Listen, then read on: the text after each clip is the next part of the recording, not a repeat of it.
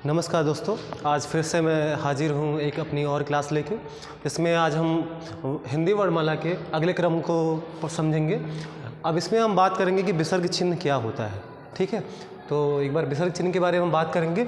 आप देखते होंगे कि संस्कृत के बहुत सारे ऐसे शब्द होते हैं जिसमें विसर्ग चिन्ह लगाए जाते हैं। ठीक है, और इसका उच्चारण जो होता है वो हम हा करके, कुछ हा की तरह ही होता है वैसे, है ना। जैसे आप पढ़े होगे अंतः, है ना, तो अंतः में क्या होता है कि लास्ट में एक विसर्ग आता है, तो ये जो चिन्ह है आपका विसर्ग का चिन्ह है और इसका जो उच्चारण हा की तरह ही होता है, इसीलिए इसको विसर्ग चिन्ह कहते हैं। ठीक है, इसके बाद क्या है, अनुस्वार की तरह विसर्ग भी क्या है, व्यंजन ध्वनियाँ होती हैं। जैसा मैंने आपको पहले ही बताया कि जो आपके अनुस्वार होते हैं वो विसर्ग की तरह ही क्या होते हैं, व्यंजन ध्वनियाँ होती हैं।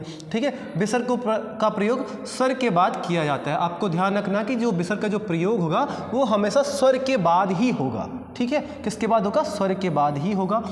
इनका प्रयोग प्रायः तत्सम शब्दों के साथ किया जाता है। तत्सम शब्द आपको मैंने पहले ही बताया, ऐसे शब्द जो संस्कृत भाषा से आए हुए हैं उनको हम तत्सम शब्द कहते हैं। ठीक है, और उसमें हम क्या करते हैं, विसर्ग का प्रयोग करते हैं। जैसे आप यहाँ खुद देख सकते हो, एक प्रायः शब्द लिखा है यहाँ पे, प्रायः।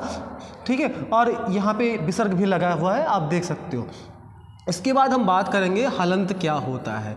तो हलंत, हम किसी भी व्यंजन को क्या नाम है लिखने के लिए, शुद्ध व्यंजन को लिखने के लिए उसके नीचे हम हलंत लगाते हैं। ठीक है, तो वो आपका होता है हलंत। फिर लिखा है यहाँ पे, जब व्यंजन वर्णों का प्रयोग स्वर के बिना यानी स्वर रहित किया जाता है तब व्यंजन वर्णों के नीचे हलंत का प्रयोग किया जाता है। ठीक है, अब जैसे कोई भी व्यंजन, मान लो हम का लिखे, तो का के अंदर अभी क्या हुआ है कि इसके साथ में आपको आ की ध्वनि का उच्चारण करना पड़ेगा, क्योंकि बिना ध्वनि की, मतलब बिना स्वर की सहायता से हम कोई भी व्यंजन बोल ही नहीं सकते हैं। ठीक है, तो अगर का को मुझे शुद्ध व्यंजन के रूप में लिखना है तो उसके लिए हम इसको स्वर रहित करना पड़ेगा, और स्वर रहित करने के लिए इसके नीचे हम ऐसे हलंत का प्रयोग करेंगे। ठीक है, तब ये हमारा क्या कहलाएगा, शुद्ध व्यंजन कहलाएगा। ठीक है, जैसे आपका का है, खा है, गा है, घा है, अंगा है। अब इसके नीचे अगर हम हलंत लगाते हैं तो ये हमारा क्या कहलाएगा, शुद्ध व्यंजन कहलाएगा। ठीक है, और हलंत का साइन आपका कुछ इस टाइप से लगता है, ऐसे लगता है। ठीक है, हलंत चिन्ह एक तिरछी रेखा होती है। ठीक है, तिरछी रेखा आप ऐसे देख सकते हो, ऐसे किसी भी वर्ड के नीचे आप लगा सकते हो। कोई भी व्यंजन वर्ड है उसके नीचे आप लगाओगे, जो कि व्यंजन वर्डों के नीचे लगाई जाती है। हलंत का प्रयोग स्वरों के साथ नहीं किया जाता है। आपको ये बात ध्यान रखनी है कि जो हलंत का प्रयोग होगा वो स्वर के साथ कदाप नहीं करना है, आपको कभी भी नहीं करना है। फिर आता है इसके बाद संयुक्त अक्षरों का उच्चारण। ठीक है, अब आपको मैंने पहले ही बताया कि संयुक्त अक्षर आपके क्या नाम है हिंदी वर्णमाला में मिलते हैं, तो उनका उच्चारण कैसे होता है उसके बारे में हम बात करेंगे। तो हिंदी भाषा में उच्चारण के आधार पर ध्वनि की 3 रीतियाँ होती हैं। एक आपकी संयुक्त ध्वनियाँ होती हैं, एक संपृक्त ध्वनियाँ होती है, और एक आपकी होती है युग्मक ध्वनियाँ, या जिसको हम बोलते हैं द्वित्व व्यंजन बोलते हैं। ठीक है, तो इनको आगे हम क्या नाम है एक एक करके जानेंगे कि हमारी संयुक्त ध्वनियाँ क्या होती हैं, संपृक्त ध्वनियाँ क्या होती हैं, और हमारी युग्मक ध्वनियाँ या द्वित्व व्यंजन क्या होते हैं। ठीक है, इसके बारे में हम बात करेंगे। तो इसी क्रम को आगे बढ़ाते हुए हम बात करेंगे क्या, संयुक्त ध्वनियों के बारे में। ठीक है, अब क्या है इसके बारे में कि जब दो, संयुक्त का मतलब क्या होता है कि आपस में मिला हुआ, है ना। जब 2 या 2 से अधिक व्यंजन ध्वनियाँ परस्पर संयुक्त होकर एक ही स्वर के सहारे लिखी या बोली जाए तो वे संयुक्त ध्वनियाँ कहलाती हैं। सीधा मतलब क्या है, जब 2 या 2 से अधिक कोई व्यंजन ध्वनियाँ जब एक ही स्वर के सहारे लिखी या बोली जाती हैं तो उसको हम क्या बोलते हैं, संयुक्त व्यंजन बोलते हैं, संयुक्त ध्वनियाँ कहलाती हैं। जैसे आपका प्राण लिखा है, घ्राण लिखा है, म्लान लिखा है, प्रवाद लिखा है, क्यारी लिखा है, क्लांत लिखा है, ट्रक, ड्राइवर, स्टेशन, प्रकस, फिर वर्ड, ब्रह्म आदि संयुक्त ध्वनियाँ हैं। इसके बाद हम बात करेंगे किसके बारे में, संपृक्त ध्वनियों के बारे में बात करेंगे। जब एक ध्वनि 2 व्यंजनों से संयुक्त हो जाए तो वह ध्वनियाँ आपकी संपृक्त ध्वनियाँ कहलाती हैं। जैसे अगर हम बात करें संबल, अब यहाँ अगर बात करें संबल तो सा और बा के मध्य में क्या आपको मिलता है, आधा माँ, यानी कि हलंत माँ मिलता है। तो ये ध्वनियाँ आपके क्या कहलाएंगी, संयुक्त ध्वनियाँ कहलाएंगी। जैसे आपका कंबल है, का और बा के बीच में आपको हलंत माँ मिलेगा। बंदर है, बा और दा के बीच में आपको हलंत ना मिलेगा। तो ये आपकी क्या कहलाएंगी, संपृक्त ध्वनियाँ कहलाएंगी। इसके बाद हम बात करेंगे किसके बारे में, युग्मक ध्वनियों के बारे में बात करेंगे। तो जब किसी शब्द में एक ही ध्वनि का द्वित्व अब द्वित्व का मतलब कि वो 2 बार आया हो लगातार, है ना, हो जाए तो वे ध्वनियाँ आपकी क्या कहलाएंगी, युग्मक ध्वनियाँ कहलाती हैं। जब किसी शब्द में एक ही वर्ण 2 बार, एक बार आधा और एक बार वो पूरा आए तो उसको हम क्या बोलेंगे, ऐसी स्थिति को हम क्या बोलेंगे, द्वित्व होना बोलते हैं। जैसे आप प्रसन्नता देख सकते हो तो यहाँ पे जो ना है, एक बार हलंत ना, आधा ना आया है, एक बार आपका पूरा ना आया है, तो ये इसकी विशेषता क्या है कि ये द्वित्व है ना, 2 बार लगातार आया है, ठीक है। जैसे अक्षुण में आपका जो अड़ा है वो 2 बार आया है, दिक्कत आपका जो का है वो 2 बार आया है, मशक्कत में का आपका 2 बार आया है, मन्नत में आपका ना 2 बार आया है, ऐसे आपका उत्फुल्ल है, इसमें आपका ला 2 बार आया है। तो ये सब आपकी क्या कहलाएंगी, युग्मक ध्वनियाँ कहलाएंगी। अब इसके बारे में इसी क्रम में हम आगे और बढ़ेंगे और देखते हैं कि आपके जो कुछ प्रमुख परिभाषाएँ इसकी दी गई हैं, ठीक है, तो उसके बारे में हम जानते हैं कि हमारी परिभाषाएँ क्या हैं, ठीक है।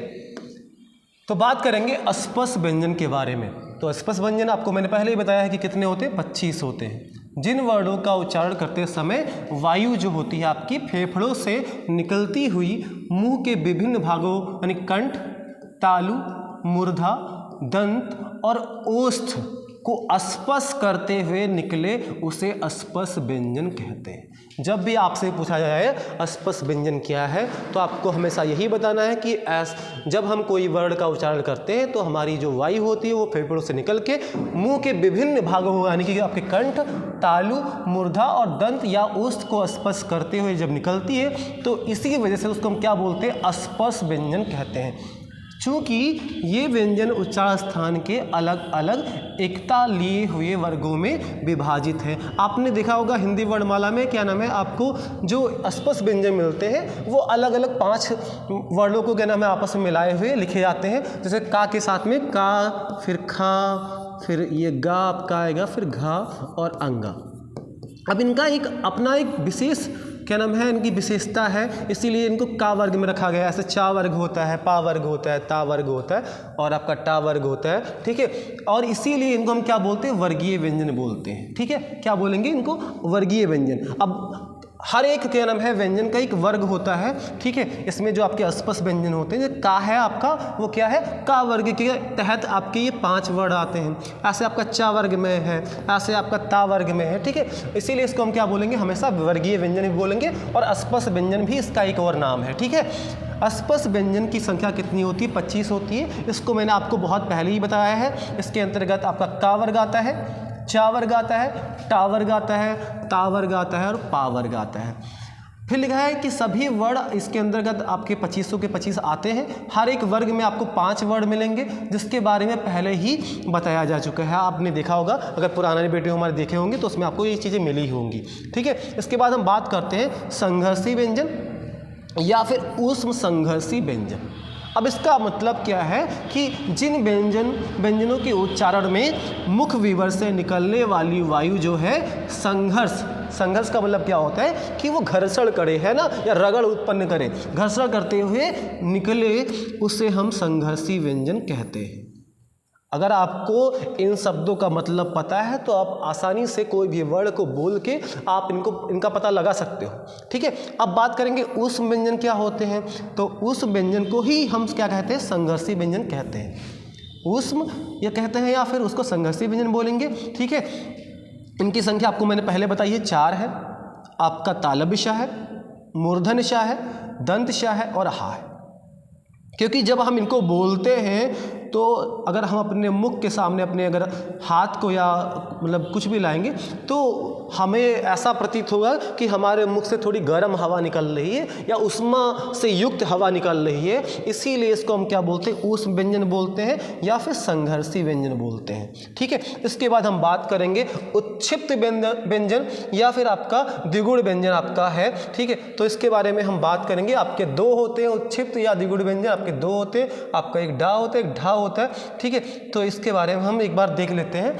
वैसे पहले हमने इसके बारे में बात किया है। उत्क्षिप्त या द्विगुण व्यंजन जिन वर्णों के उच्चारण के समय जिह्वा पहले ऊपर, आपको ध्यान रखना कि जिह्वा क्या करेगी, पहले आपकी जो जीभ होगी ऊपर उठकर आपके मूर्धा को स्पर्श करेगी, ऊपर के भाग को आपके स्पर्श करेगी और फिर नीचे तेजी से नीचे गिरती है।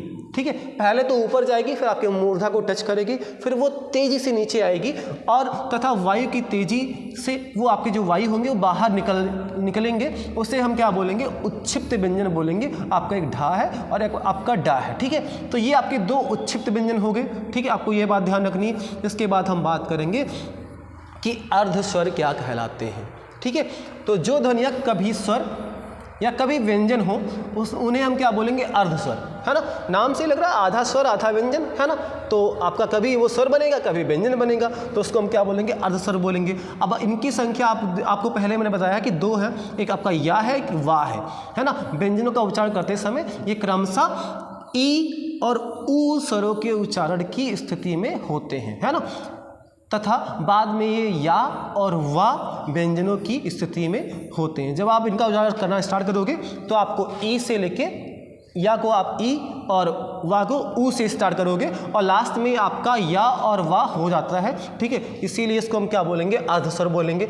इसके बाद हम बात करेंगे आपके लुंठित व्यंजन, जिसको हम एक और नाम से जानते हैं, प्रकंपित व्यंजन के नाम से जानते हैं। तो जिन व्यंजन वर्णों का उच्चारण करते समय जिह्वा जो होती है, आपकी जीभ जो होती है, मुख के मध्य भाग को तेजी से लड़खड़ाए या कंपित हो, उसे हम लुंठित व्यंजन कहते हैं। आपको ध्यान रखना कि जब आपकी जो जिह्वा है आपके मुख के सबसे मध्य वाले भाग को जब टच करती है तो वो थोड़ी लड़खड़ा जाती है या कंपित होती है या प्रकंपित होती है। इसीलिए इसका नाम भी क्या है? प्रकंपित व्यंजन है या लुंठित व्यंजन है। इसका सिर्फ एक वर्ड है जिसको हम क्या बोलते हैं? रा बोलते हैं। जब भी आप रा बोलते हो तो आप देख सकते हो इसको बोलने के टाइम पे कि आपकी जिह्वा जो होती है आपके मुख के मध्य भाग को टच करती है और वो थोड़ी कंपित होती है, ठीक है। इसीलिए इसको हम क्या बोलेंगे? लुंठित व्यंजन या प्रकंपित व्यंजन कहते हैं।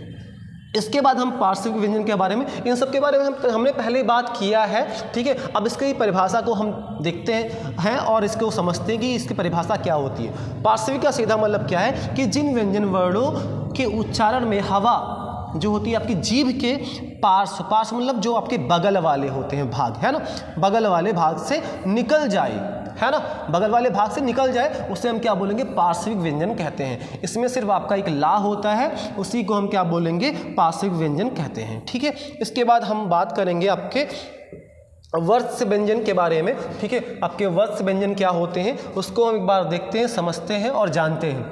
जिह्वा की जो आपकी नोक होती है, नोक मतलब उसका अगला जो भाग होता है, जब ऊपर के दांतों की पंक्ति के सामने वाले दांत के ऊपरी हिस्से को संपर्क में आकर वायु के प्रवाह को अवरुद्ध करती है, अवरुद्ध मतलब रोकती है, ऐसे उच्चारण स्थान को हम क्या बोलते हैं? वर्ष बोलते हैं।